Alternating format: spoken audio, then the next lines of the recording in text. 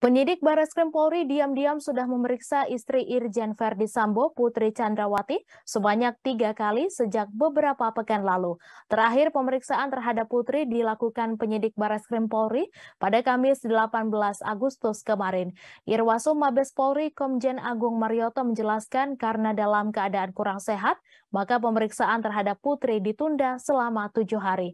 Namun tim penyidik langsung menggelar perkara dan ditemukan unsur pidana pada istri Jenderal Bintang 2 itu. Sementara itu, Direktur Tindak Pidana Umum Barreskrim Polri, Brigadir Jenderal Andi Rian mengatakan pihaknya melakukan gelar perkara pada Kamis malam sampai Jumat pagi.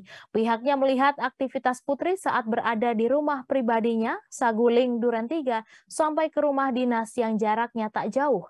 Menurutnya, Putri terlibat dalam pembunuhan berencana karena membuat laporan palsu terhadap Brigadir Yosua tentang pelecehan seksual.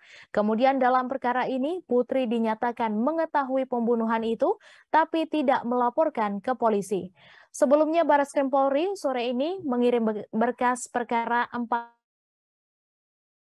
Huta Barat Penuntut Umum Kejaksaan Negeri Jakarta.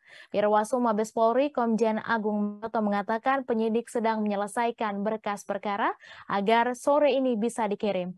Jika nantinya sudah dinyatakan lengkap oleh JPU, maka perkara kematian Brigadir Yosua bisa diadili dalam persidangan.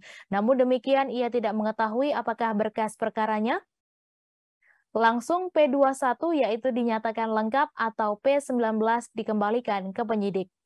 Sehingga pihaknya mengerjakan perkara Brigadir Yosua secara menyeluruh, termasuk kepada anggota polisi yang terlibat rekayasa. Kemudian penyidik melakukan pemeriksaan secara maraton kepada 4 tersangka yaitu FS, KM, RE, dan RR.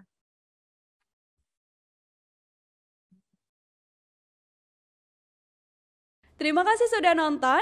Jangan lupa like, subscribe, dan share ya.